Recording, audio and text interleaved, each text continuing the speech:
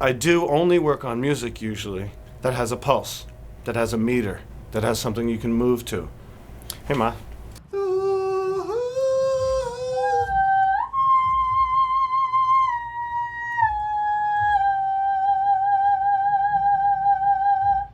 Yeah, well, we're doing this for real.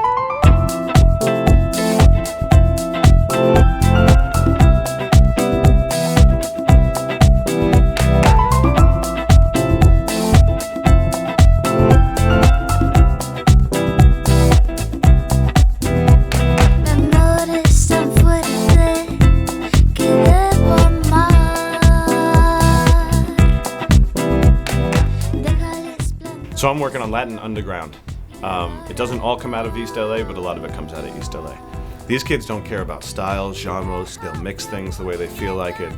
Everyone hears this as how wonderful traditional music, but ironically it's the opposite of that. We think the cool parts are cumbia and son jarocho, but not be tied to, oh, we can't put drums on this, where the roots, instead of being in the blues or in gospel, are not now coming from Latin music. It's like the opposite of what everyone asks me. It's not reggaeton, usually doesn't have that big of a beat.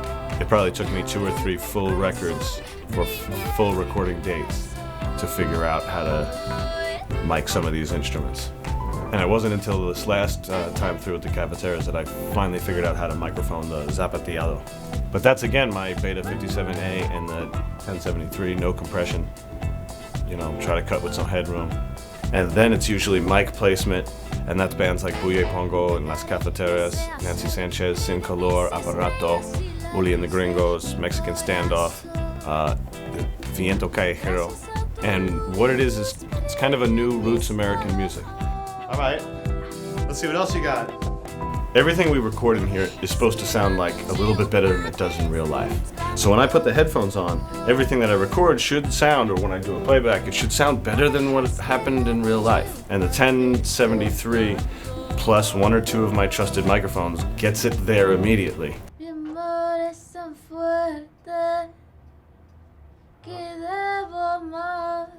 But everything needs to have a pulse. And then for me, that kinetic relationship to the music, where a piece of the arrangement makes you feel a certain way or dance a certain way, or you want to dance a certain way, but there's nothing in the production that makes you feel that, then you get inspired to put in a little rhythmic element or some kind of element that kind of gets what you want to do anyway. Killer, killer, killer. That was awesome. Thank you. All right. That's what I wanted, is one more thing to play with when you guys aren't here. Cool. So I'm going to edit up and listen to what you were doing when you were jamming, and I think this is a cool, potential, awesome thing at the end. Cool.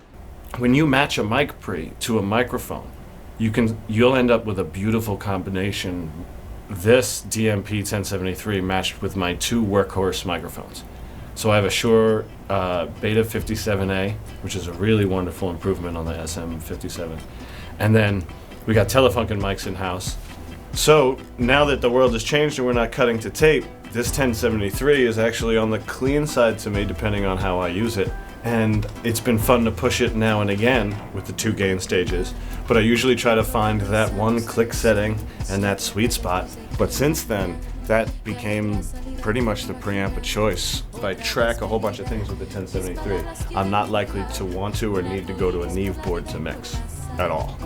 I'm Eugene Toale, and we're in the Do Re Mi factory in Echo Park, California.